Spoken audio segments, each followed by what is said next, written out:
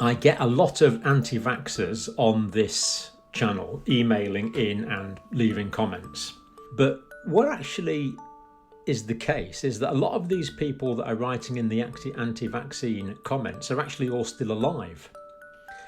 And the reason a lot of them are still alive is because they haven't died of infectious disease.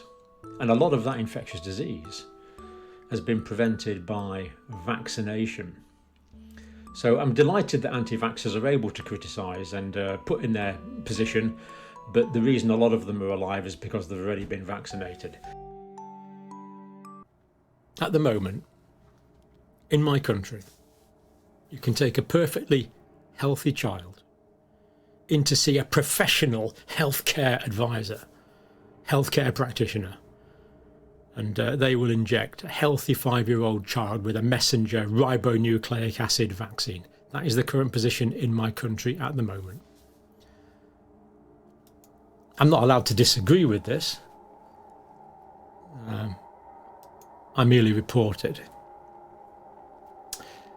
There you go. Social credit deducted. The man, the myth, the legend, Dr. John Campbell is still getting blackpilled by his former trust in the science. Here's a new video compiling his journey during the spring. My previous video on this topic got banned, so I made sure to include labels on which of his opinions that are WHO approved and which of his opinions that make Bill Gates sad. So there is absolutely no way this video will get banned now, right? Anyways, make sure to subscribe and follow me on Twitter. Enjoy the video! I am remarkably optimistic that the vaccines are going to be effective, and that I believe, my current position is, I've been on record of saying this many times, I believe we can eradicate this virus. So unfortunately, there are still excess deaths in all age groups in many countries, and I am not satisfied with the explanations we're getting, and I'm not satisfied with the sheer deafening silence, to be quite honest, that we're getting from politicians and from our health authorities. The silence is not acceptable. Anti-vaccine thinking and ludicrous anti-vaccine propaganda. Social media companies are checking on this now, which is good to see. Official government advice is being given, but there's still a lot of anti-vax gobbledygook out there that is completely inconsistent with the science, inconsistent with national guidelines, inconsistent with international guidelines. Still a bit of a problem. Now, I do not discuss conspiracy theories with no data. It turns out there's been a covert military operation observing UK citizens during the pandemic. Army's information warfare unit is how they describe it. They monitor COVID lockdown critics, and the 77th Brigade, who specialise in countering disinformation. So basically it looks like one narrative was allowed and the military was used to monitor, and we believe, well, we can't really say more than that, to monitor. I had posts deleted during this time. I had videos deleted during this time, and I'm sure you did as well. And still, we're not free to say what we want to say, not by any means. We really should have freedom of speech in the United Kingdom and the United States, but at the moment we don't. And that is a situation I couldn't have believed in my youth. Any other online activity deemed harmful to the UK is monitored by this this unit here, 77th Brigade. It's just too Orwellian. It's just so horrible. The UK Counter Disinformation Unit. I mean, talk about Ministry of Truth. Good dear me. The Counter Disinformation Unit is what it was called, part of the Department for Digital Culture, Media and Sports. And I did check it all out. I've talked to quite a few people because I just couldn't believe the reports. But it is true. This unit was employed. You know, I remember at the time people saying 77th Brigade, and I was vaguely aware it existed, but I certainly didn't believe it was being used to monitor the UK population. I put that in the conspiracy theory bucket, and I now recognise my naivety.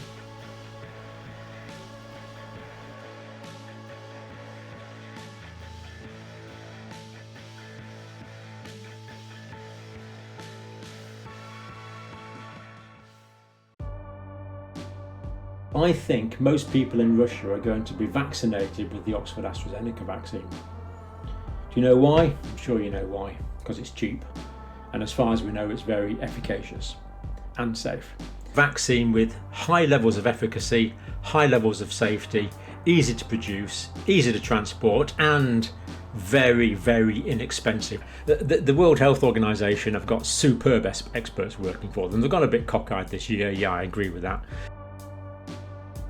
So World Health Organization speaking to the world, talking about the Oxford AstraZeneca vaccine. And they say this: the vaccine is safe and effective for all individuals aged 18 and over.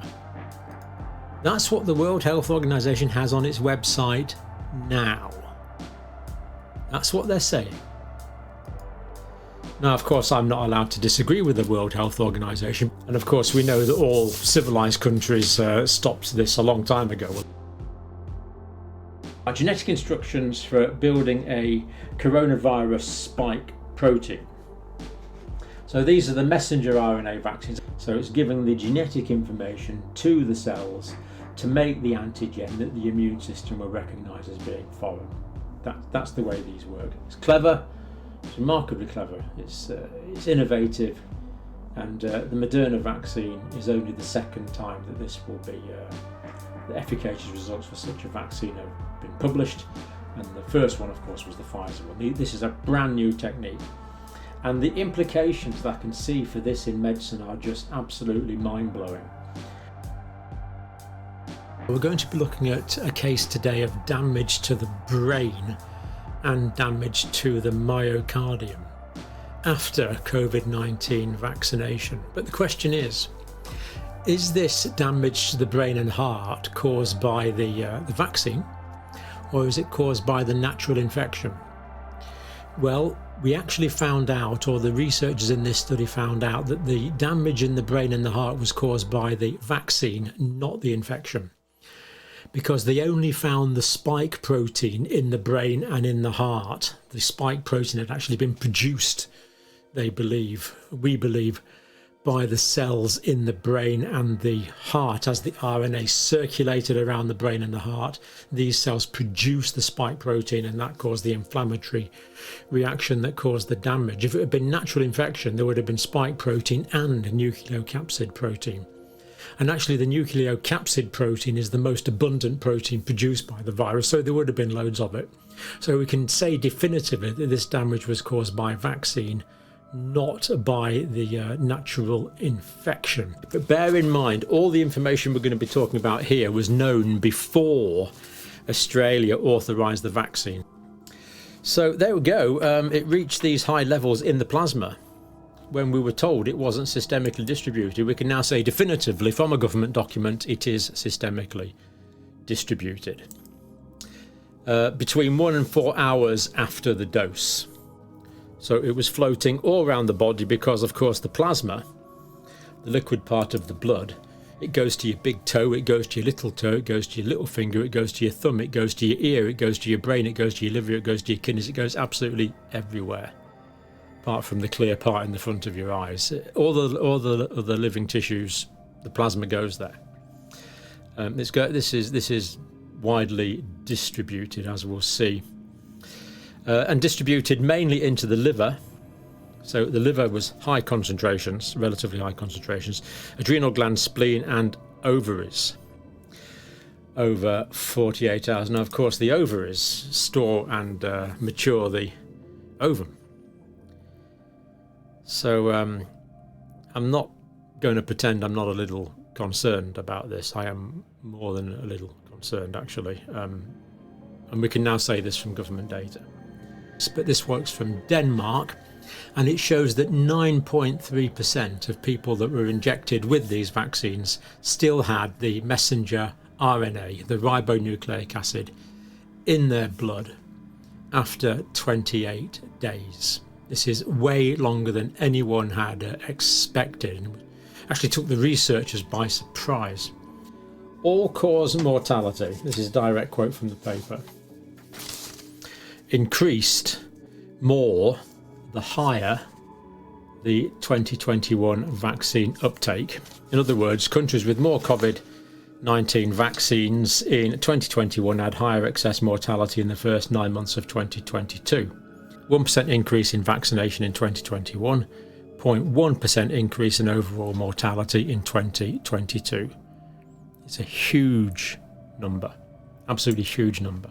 Some people have asked themselves why Dr. Campbell so drastically changed his worldview. There is this big boy skeptic called Debunk the Funk that thinks the reason Dr. Campbell changed his mind over the past years is because he wants more views on YouTube. I would like to propose a different explanation.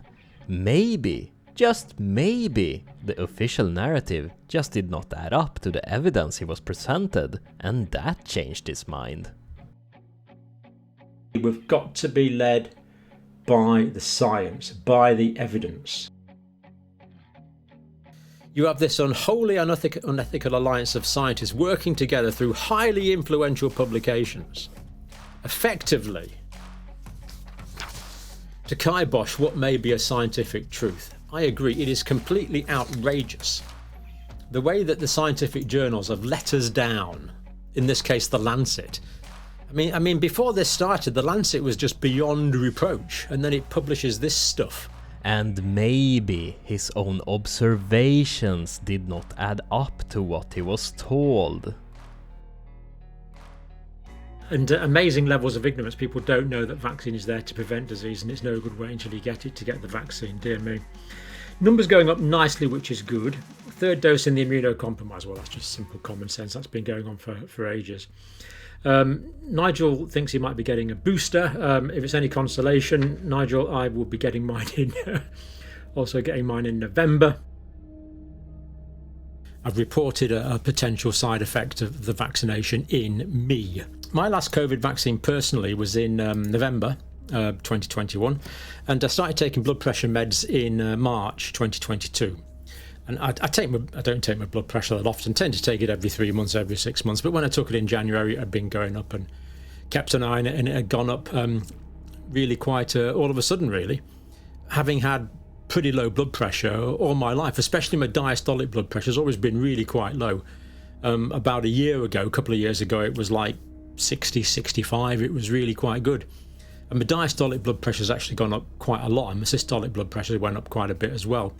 So I've had to start taking blood pressure medicines. Not ideal, but that's what I need to keep my blood pressure under control, because if you don't keep your blood pressure under control, you get all sorts of complications, as I'm sure you're well aware. But all the time it can be damaging your blood vessels, your heart, your blood vessels to your brain, your kidneys, your circulation, the quality and integrity of the entire arterial vascular system, in fact.